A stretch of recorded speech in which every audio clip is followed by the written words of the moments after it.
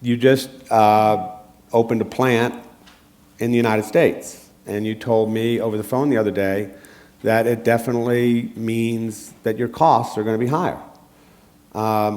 So first of all, how do you justify that? Why don't you tell folks a little bit about the plan itself and the thinking that went on behind that? Well, I think we all know that unemployment in America is a terrible problem. I think when people do not have a job, it fractures their self-esteem. And I think overall, I think the self-esteem of the country is in question right now. But as I looked at the facts, America is down to about 9 million manufacturing jobs. Our industrial base is evaporating. After World War II, that number was 40 million manufacturing jobs. We have subordinated all those jobs for reasons of cost and efficiency.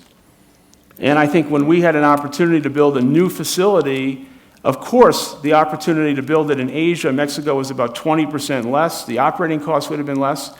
But we said to our board and our shareholders, we're going to build the facility in Augusta, Georgia. We're going to spend more money, but we're going to hire Americans. And I don't apologize for it. I think this is what American businesses need to do today to try and make a contribution back to the country.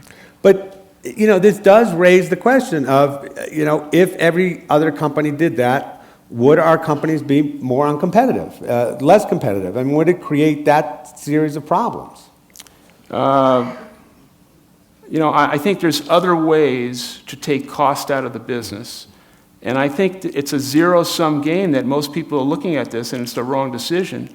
And the unintended consequences of all this is that we are losing manufacturing jobs. And unemployment today at 14 million people or so is a number that's going to be extraordinarily hard to solve unless we start doing something. And we can't just blame it on Washington and wait for Washington.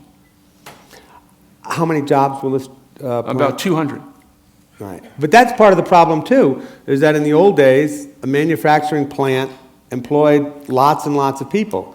And I'm guessing that this plant, this is not a criticism, it's a good thing. This plant is probably highly mechanized, lots of new technology, and highly productive. Let me give you a bigger idea then. Okay.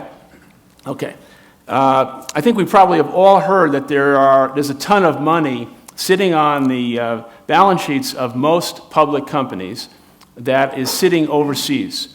The fact is about $2.5 trillion is sitting overseas with public companies not bringing it back to the U.S. Why? Because the tax rate currently is approximately 35%.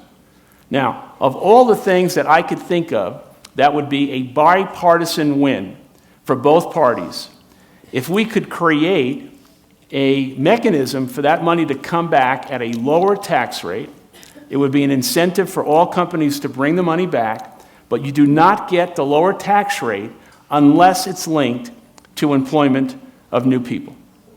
Now, I know Washington wants to make everything really difficult, but I got to tell you, that is a pretty simple solution to an extraordinarily hard problem.